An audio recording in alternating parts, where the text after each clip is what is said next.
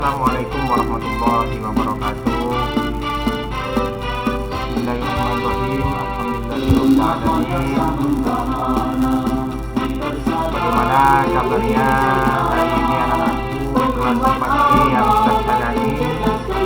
Mudah-mudahan anak-anakku beserta keluarga di rumah selalu dalam lindungan Allah Subhanahu wa Ta'ala, dan mudah-mudahan kita semua diberikan kesehatan, dijauhkan dari segala macam penyakit dan semua mara bahaya.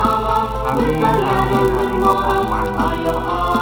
Anak-anakku kelas 4B yang Ustaz sayangi, untuk muatan mata pelajaran bahasa Indonesia di tema 1 semester ganjil tahun pelajaran 2021-2022, kita akan mempelajari materi sebagai berikut. Sebelum kita masuk kepada materi, tujuan dari pembelajaran muatan mata pelajaran bahasa Indonesia ini yaitu setelah mempelajari materi ini, diharapkan anak-anak mampu mengidentifikasi gagasan pokok dan gagasan pendukung di setiap paragraf dari teks tersebut dengan mandiri. Nah, apa itu gagasan pokok dan gagasan pendukung? Berikut kita akan ulas bersama tentang gagasan pokok dan gagasan pendukung suatu teks. Suatu teks atau bacaan terdiri atas beberapa paragraf. Setiap paragraf memiliki gagasan pokok dan gagasan pendukung. Gagasan pokok adalah topik yang dibahas pada suatu teks atau bisa disebut juga dengan inti dari sebuah teks atau bacaan. Gagasan pendukung adalah uraian atau informasi tambahan pada suatu teks yang terletak pada kalimat penjelas. Gagasan pokok dan gagasan pendukung disampaikan secara tersurat maupun tersirat. Secara tersurat, gagasan pokok dapat ditemukan pada kalimat utama yang terletak di bagian awal, akhir, atau awal dan akhir paragraf. Secara tersirat, gagasan pokok dapat ditemukan dengan cara membaca seluruh kalimat pada paragraf. Nah, bagaimana kita dapat menemukan gagasan pokok dan gagasan pendukung pada suatu teks?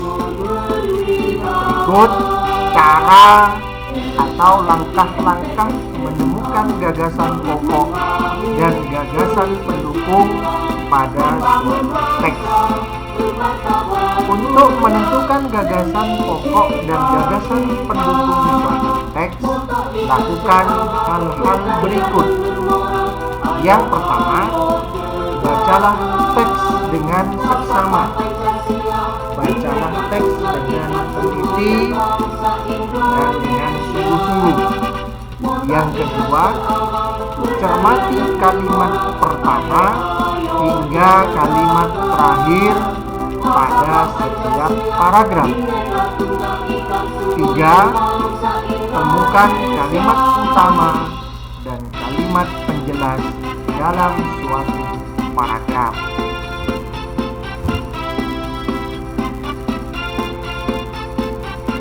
Nah, untuk lebih memahami bagaimana gagasan pokok dan gagasan pendukung dapat dapat ditemukan dalam suatu paragraf. Perhatikan contoh berikut. Bacalah teks berikut. Batik.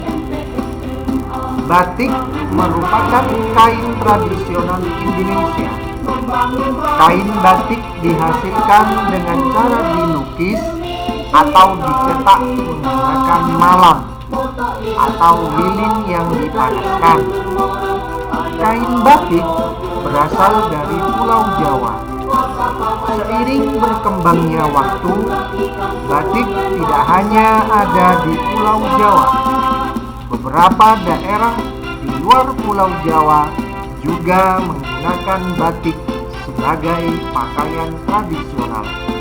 Misalnya batik Bali. Dari teks atau bacaan tersebut, kita dapat menentukan kalimat utama, di mana kalimat utama pada teks atau bacaan tersebut terletak di awal paragraf.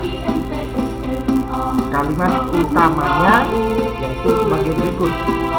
Batik merupakan kain tradisional Indonesia. Kemudian kalimat penjelas.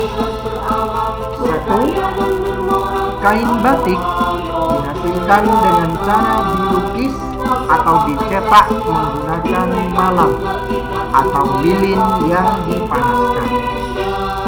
2. Kain batik berasal dari Pulau Jawa. 3. Seiring berkembangnya waktu, batik tidak hanya ada di Pulau Jawa. 4. Beberapa daerah di Pulau Jawa. Ustadz ulangi. 4. Beberapa daerah di luar Pulau Jawa juga menggunakan batik sebagai pakaian tradisional. Misalnya batik Bali.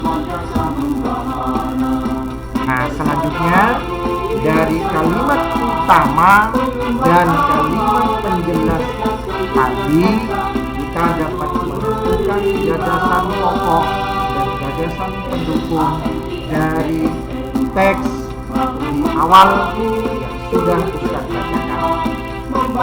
Berdasarkan kalimat utama dan kalimat penjelas tersebut, dapat ditentukan gagasan pokok dan gagasan pendukung, yaitu sebagai berikut. Gagasan pokok. Batik merupakan kain asli Indonesia. Jadi, gagasan pokok atau inti dari bacaan tersebut yaitu batik merupakan kain asli Indonesia. Selanjutnya, gagasan pendukung. Yang pertama, cara membuat kain batik. Gagasan pendukung ini berasal dari kalimat penjelas ke-1. 2. Tempat asal kain batik. Gagasan pendukung kalimat tersebut berasal dari kalimat penjelas kedua. 3. Persebaran kain batik.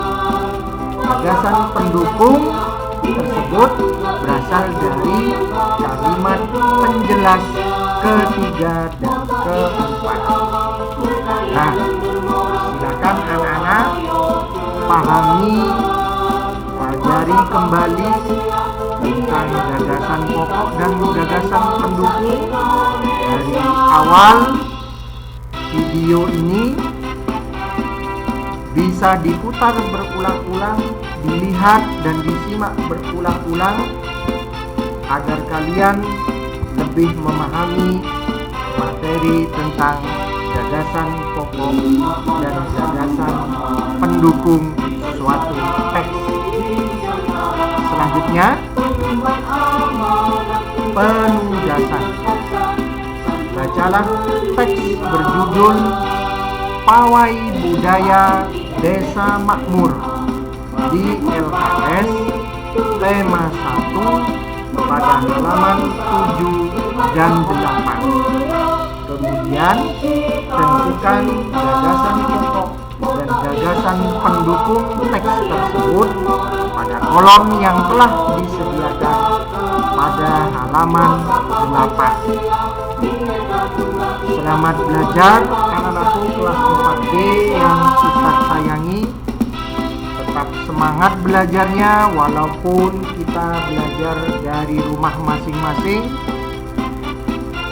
Apabila sudah selesai penugasannya, jangan lupa difoto dan dikirim ke nomor WA Ustaz. Jika ada hal-hal yang belum jelas atau belum dipahami, bisa ditanyakan japri ke nomor WA Ustaz. Atau bisa juga kalian memutar video ini berulang-ulang. Demikian, salam semangat pagi. Ustaz akhiri. Wassalamualaikum warahmatullahi wabarakatuh.